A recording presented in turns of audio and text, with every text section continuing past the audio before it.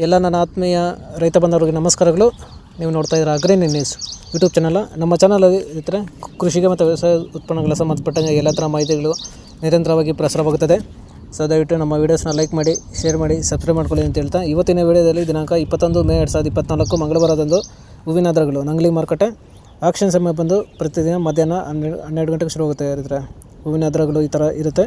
ಚೆಂಡು ಹೂವು ಎಲ್ಲೋ 30ರಿಂದ 70 ರೂಪಾಯಿ kg, ರೆಡ್ 30ರಿಂದ 60 ರೂಪಾಯಿ kg, ಚಾಮಂತಿ ಸೆಂಟೆಲ್ಲ ಚಾಮಂತಿ 100ರಿಂದ 150 ರೂಪಾಯಿ kg, ಸೆಂಟ್ ವೈಟ್ ಚಾಮಂತಿ 100ರಿಂದ 150 ರೂಪಾಯಿ kg, ರೋಸ್ ಮಿರಾಬಲ್ ಬಂದು 120ರಿಂದ 150 ರೂಪಾಯಿ kg ಇರುತ್ತೆ. ಸೊ ಇವು ಬಂದು ಹೂವಿನ ದರಗಳು ನಂಗ್ಲಿ ಮಾರುಕಟ್ಟೆ ಆಕ್ಷನ್ ಸಮಯ ಬಂದು ಪ್ರತಿದಿನ ಮಧ್ಯಾಹ್ನ 12 ಗಂಟೆಗೆ ಶುರುವಾಗ್ತಾ ಇರ್ತಾರೆ.